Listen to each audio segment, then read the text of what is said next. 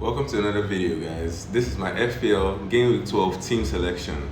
Can't tell you how happy I am to be done with the international breaks. We're not going to be having any more of those till next year. In this video, we're going to look at how my team fared in Gameweek 11 and how my team has shaped up or is shaping up going into Gameweek 12. This video is brought to you by myself, FPL.CARNAGE, in association with GW12. So let's get right into it. In game week 11, my team scored a total of 60 points. I got a red arrow in game week 11, which was really disappointing, seeing as there were a few players that I should have brought in, but I decided to go with the more popular players and I was severely punished for it. In goal, I had Kelleher, returned a clean sheet in the game against Aston Villa, which was it was expected in my opinion. I didn't really see Villa scoring in that game against Liverpool. Liverpool have just been top defensively, best defense in the league so far, top of the league in the Premier League, top of the league in the Champions League. They have been a great side so far. 6 points from him. Robinson kept a clean sheet against Palace in that game, in game week 11. Really impressed, had a good game as well. Could have gotten an assist. 6 points from him. Saliba, 2 points in the game against Chelsea. Wasn't really expecting much from him. Could have been nice to, have gotten maybe an attacking return from a set piece, but 2 points from him. Faiz, 1 point. It's expected anyways. Mbeumo got an assist against Bournemouth, 5 points from him. Rodgers, 1 point in the game against Liverpool. I think he picked up a yellow card in that game. Mo Salah, 1 goal and an assist, 3 bonus points maximum. He was my captain in that game week. He brought back 28 points for me. Cole Palmer, 2 points in that game. Although he was just recovering from injury prior to that game, didn't really, seem like himself. Didn't really make use of, he didn't utilize the chances that he got. He got about 3, decent chances in that game. Could have easily gotten an assist or a couple of goals, but ended a 1-1, game. 2 points from him. Solanke, one of the most disappointing transfers I've made so far this season. 2 points from him. Lost to Ipswich in game week 11. I believe that he's not going to be in my team moving forward. And lastly, Erling Haaland was my vice captain. Scored a goal against Brighton, but it wasn't enough to see his side get a win over Brighton as they lost 2-1 to Brighton in that game. So 60 points in total. Red arrow, I'm down to 800k overall, but a few positives to take. We're looking forward to game week 12. So this is what my team scored in game week 11. So let's just go right to what my team currently looks like going into the deadline tomorrow ahead of game week 12. So currently I still have Kelleher in goal. They're going away to Southampton. Alisson has returned to training, but he hasn't gotten back to team training, so I do believe Kelleher gets the nod ahead of him going into that fixture. But if you have Kelleher in your team, I would probably start making plans to move him out as Alisson is back, and they have tougher games coming, so I don't really see Kelleher featuring in them unless there's an injury setback or something. So Kelleher is going to be my goal. I'm going to be starting Robinson as well. He's playing at home to Wolves. Wolves haven't really been a terrific side. They haven't been the same Wolves that we knew last season.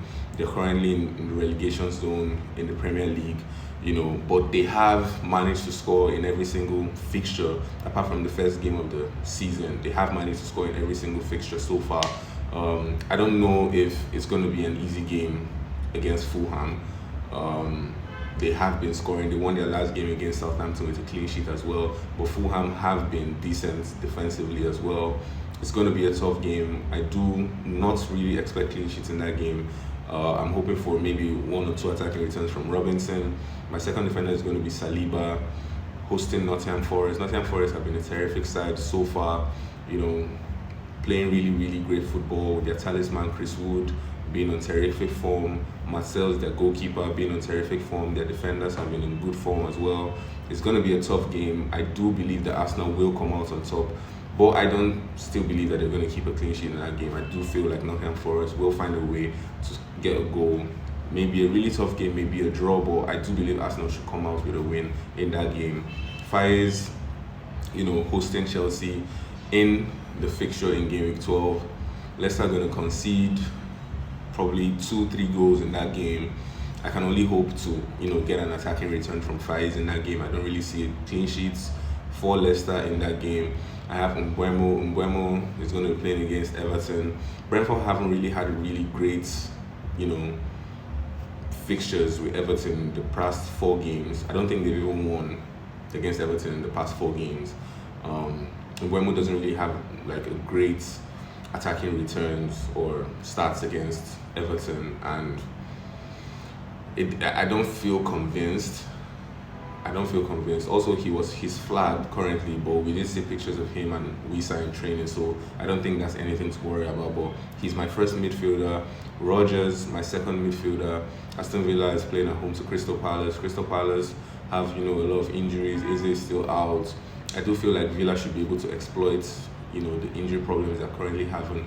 Plus, it's a home game. They're coming off, a loss in game week 11 to Liverpool. I do feel that they want to bounce back. Rodgers has been really, really great. 5 returns in 7 games so far. Just got offered a new contract as well. I do expect something from him in that game. My third midfielder is Semenyo. We, heard from the press conferences that they didn't allow him to go on international break, just, for him to stay back, recover, and all of that. So I do believe that he's going to be available for selection in the game against Brighton. That game, I feel like it's going to be a goal thriller. I do expect him to get something from the game. Mohamed Salah, my 4th midfielder, going away to Southampton. He doesn't really have a great record against them in his last 6 games. I think he's provided just 2 assists or something. But overall, he has been in great form this season. I do back him to get something against Southampton. Probably a goal, 2 goals, an assist. Probably at least 3 goals returned against Southampton. They have been terrible at set pieces, so I think Konate and Van Dijk are going to be really, really terrific owns for this game week. If you have them in your team, if you're looking for a Liverpool defender to bring in, these are your options as Arnold is out injured. So Salah is the 4th midfielder on my team, and Cole Palmer is the 5th midfielder in my team. Going away to Leicester, Palmer blanked in his last game week. I do believe he's going to get a haul in this week against Leicester. He didn't blank back to back. He hasn't blanked back to back so far this season. I do believe he's going to keep that streak going. He didn't go for the international break. He was rested. He has been training, so I do believe that he's going to get something against Leicester. Erling Haaland is my first attacker hosting Tottenham.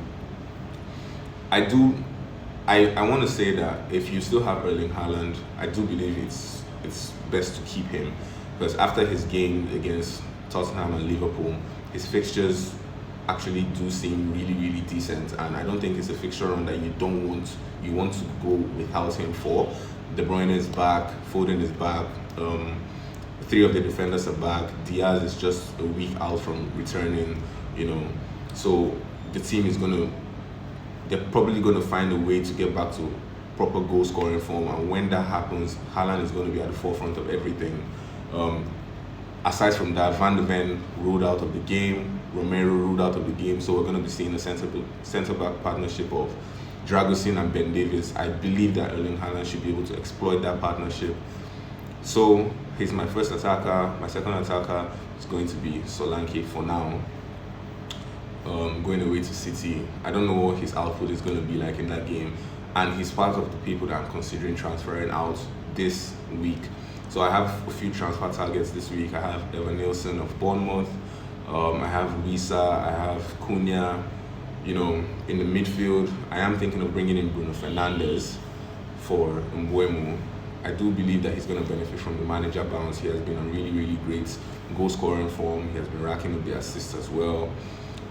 So I am contemplating Bruno Fernandes in the midfield, possibly for Mbeumo. João Pedro is also an option. Back from injury, 11 points against Man City. He's on penalty duties.